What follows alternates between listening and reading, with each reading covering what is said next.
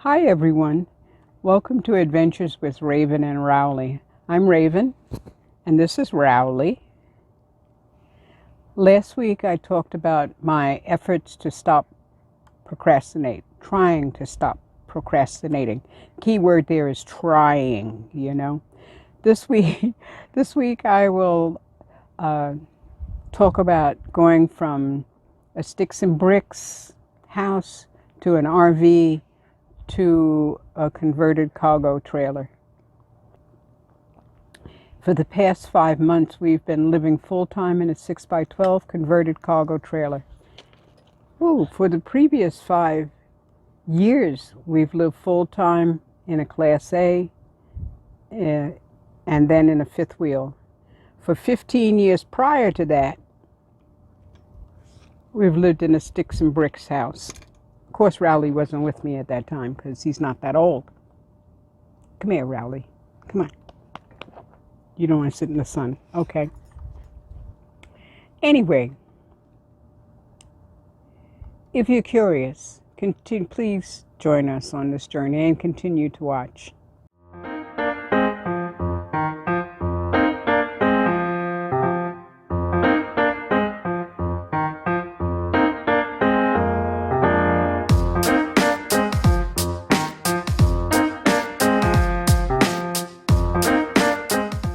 I want to, before I start anything, to thank Forrest Wolf for this rocking chair. It's a wonderful rocking chair.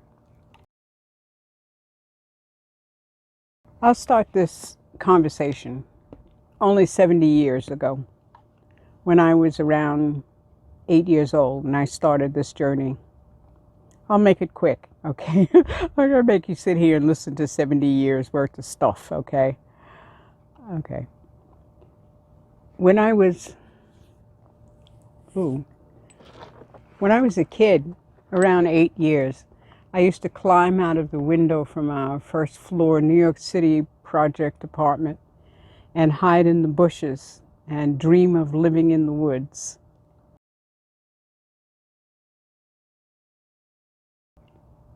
I finally gave up on counting all the stars. You can imagine my thrill when the first time I went to the Hayden Planetarium with my class and saw what the stars really look like. You know, there's a lot of light pollution in New York City, so you don't get to see the stars very often. You don't get to really see the stars at all. And you could imagine how I felt the first time an astronaut went up into the heavens. I was glued to the television set, watching every launch, every one.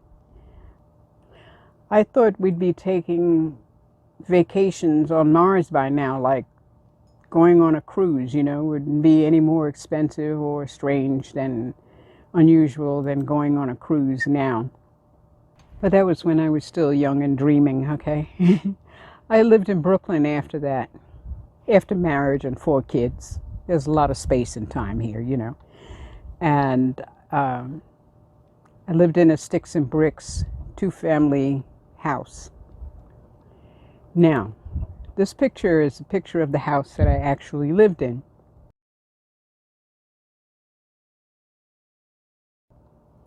When I bought that house, it was $45,000. The people in the neighborhood offered me $35,000 to move out, which I didn't take. Probably should have, but I didn't. That house is selling today on Zillow for $1,444,600.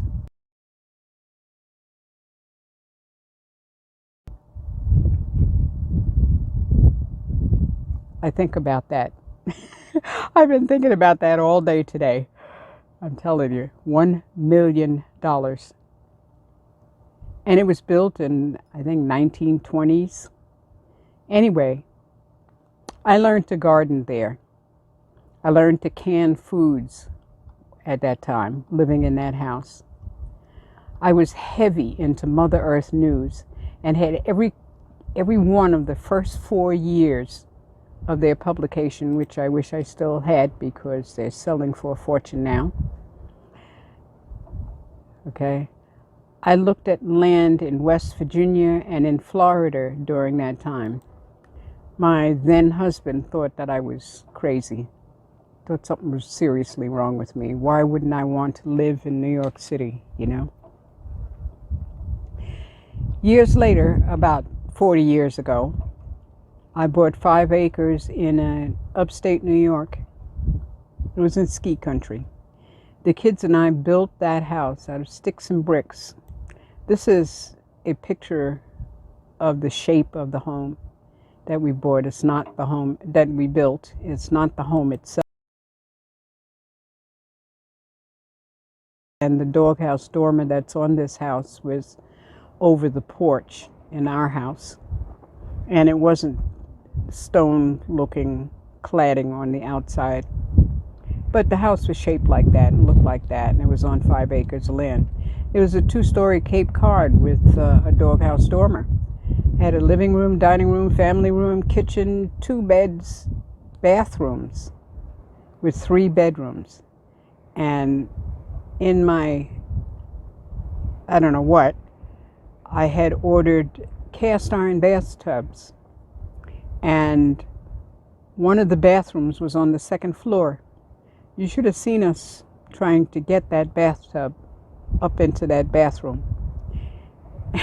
And then the dormer itself, the area where the bathtub was supposed to fit was just about an inch too narrow. So I made it fit.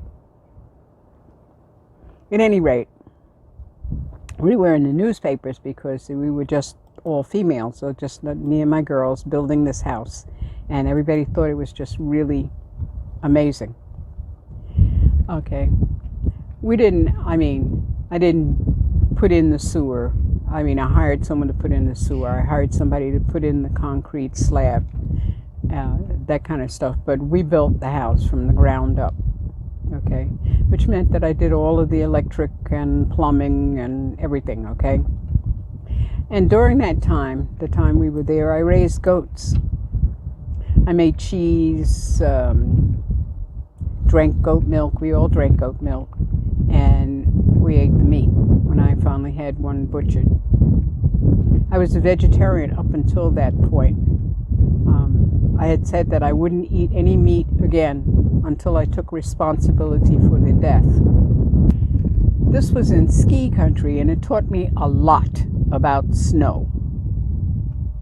For instance, the barn for the goats was about 100 feet from the house, and the house was on the top of the hill, and the barn was down lower. It wasn't at the bottom of the hill, but it was lower, about 100 feet, and it was snowing like crazy. But I had to go down to the barn to, feed and water the goats. So I took the shovel and I started going down this hill. And one of my daughters called me from the door for something, and I turned around and realized that the path that I had shoveled down to where I was standing had completely filled in with blowing snow. So I was standing in a circle that was clear. So I still had to shovel all the way down to the barn and all the way back. I wasn't really happy with snow, but you know how it goes. I think when I get to homesteading again, I think I'll raise goats again, but I don't know that I will eat their meat. I'm thinking more in the terms of vegetarian, something like that. I think I'll specialize in cheese and yogurt and other milk products. I want them for their manure. I'll probably sell the babies because you got to have babies in order to have milk, I was thinking also of raising chickens just for their eggs and for the fertilizer. I don't know that I want to continue eating meat. It doesn't seem to be agreeing very well with me anyway, now that I've had the gastric bypass surgery. Anyway, I forgot to tell you why I moved out of the 5 acres in upstate New York. It seems to be the Klan is really big in New York State. They burned a 5-foot cross on my lawn. And after about 2 weeks, and I didn't do anything about moving or anything. Oh, it took over a half an hour, 45 minutes, for the fire department to get there. And I kept calling and telling them finally that the grass was going to catch fire and they were going to end up with a forest fire in the area if somebody didn't get up there. And then all of a sudden, miraculously, they appeared. But after about 2 weeks, a woman came to the house, introduced herself, came in, sat down in my living room and told me that the cross burning didn't mean that I should run away. It was a warning to my neighbors not to help me. Now, living on the top of a mountain, neighbors, you know, acres and acres apart, miles apart. Not miles, but a distance apart. You needed to be able to rely on your neighbors for help when you need it. I found it very difficult to find work up there, and finally had to give the place up. From there I moved to a bunch of different places across the country, but I ended up in New Hampshire about 20 years ago. It wasn't technically a sticks and bricks home. It was a double-wide modular house home in a cooperative park. This is actually the road picture of the road I lived on. That house had 3 bedrooms, 2 baths, family room, breakfast room, dining room, and living room. It had a deck around half of the back that swung around the side into a ramp that went down to a second driveway. And in the backyard, I built a yurt there.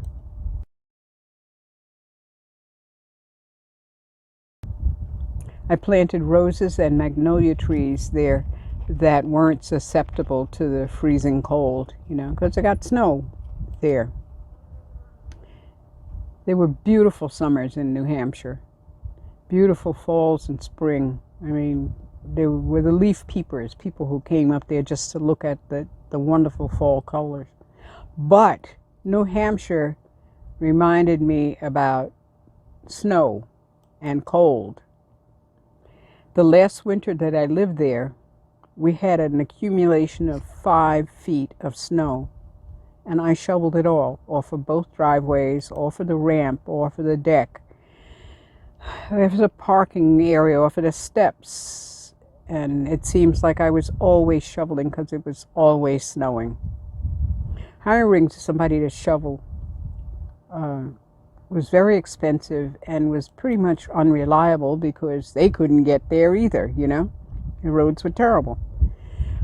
Hiring someone to cut the grass in the summer was also very expensive. So was heating the place in the winter with its vaulted ceilings. Open floor plan, vaulted ceilings. Beautiful place. Unbelievably difficult to heat. Now you know why the old people way back when used to make low ceilinged houses with small rooms, because it was easy to heat. Okay? Don't do a vaulted ceiling in a cold place.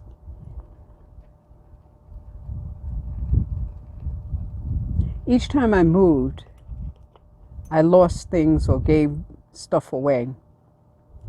The last move from that Sticks and Bricks, I gave away 1,000 books to the local school, sold 400 more, and abandoned another 500.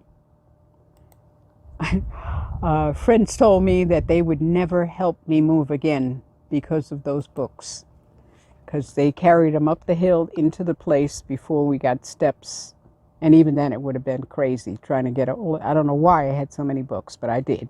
Okay, I found cheaprvliving.com website while I was living in that house.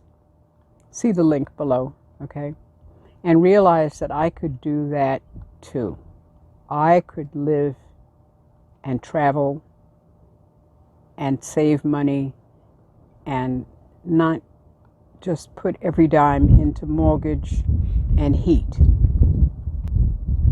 So the big move was from this 1,600 square foot house in New Hampshire into a 35-foot Class A motorhome. Now, I bought this Class A motorhome over the internet, sight unseen. They drove it and delivered it from Georgia, so I figured, hey, if they can drive it from Georgia, it must be in good condition. Don't ever do that. Don't do what I did, and don't buy a sight unseen unless you hire someone to check it over for you, which I did not do, okay? Because whoever would have checked it over would have said, you must be out of your mind if you're going to buy that, okay? When it got there from Georgia, the windshield was cracked, which they paid for the repair, but still, you know, crazy. I didn't find out until later that it needed extensive repair. Problem with the brakes, you know, other sort of things. One of the extensive repairs, the dangerous thing, was that someone had cut the exhaust pipe right under the bedroom. So the exhaust pipe ended underneath the bedroom. You know, when we got that fixed, I drove the 3,300 miles to Nevada. But along the way, it kept stalling. And other crazy things, like one side of the rig's electricity cut out altogether. You know, we had to figure out how to get that back on again. Because that was the side that had the stove and the microwave and the refrigerator, you know. Walking, like Fred Flintstone style, I somehow got that Class A to Nevada, limping. Seriously limping. And into the park I was in until 5 months ago. I tell you, coming over the hill, we were doing like 5 miles an hour, and I just kept praying that it would keep going, just get to the top of the hill so that we could skate down to the bottom, cruise down to the bottom, just get to the top of the hill. They were doing a lot of construction on that road. There was only one lane. They had concrete barriers on the side, and I was praying, willing this rig to get to the top, which it finally did at just about 5 miles an hour. The whole time I dreamed of living out in the desert while I was living in the park, boondocking around the country, and finally buying my land and homesteading on it like I dreamed when I was 8 years old. I'm getting there. The Rowley Report.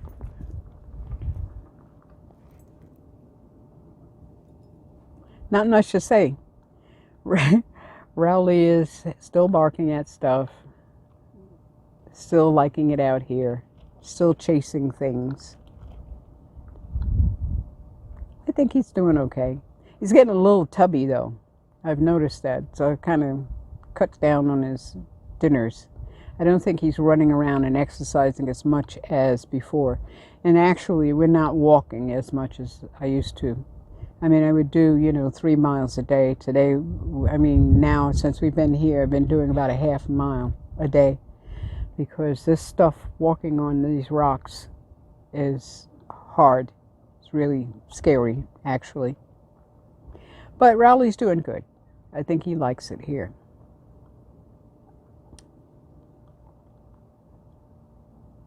You want to come over here? You want to come? Come here. No? Okay. He doesn't want to come over here. He wants to sit in the shade and watch the world go by. So, thanks for watching. And thanks for your support. I'll see you next Friday at 5 p.m. Pacific time. And you take care of you and yours, and blessed be.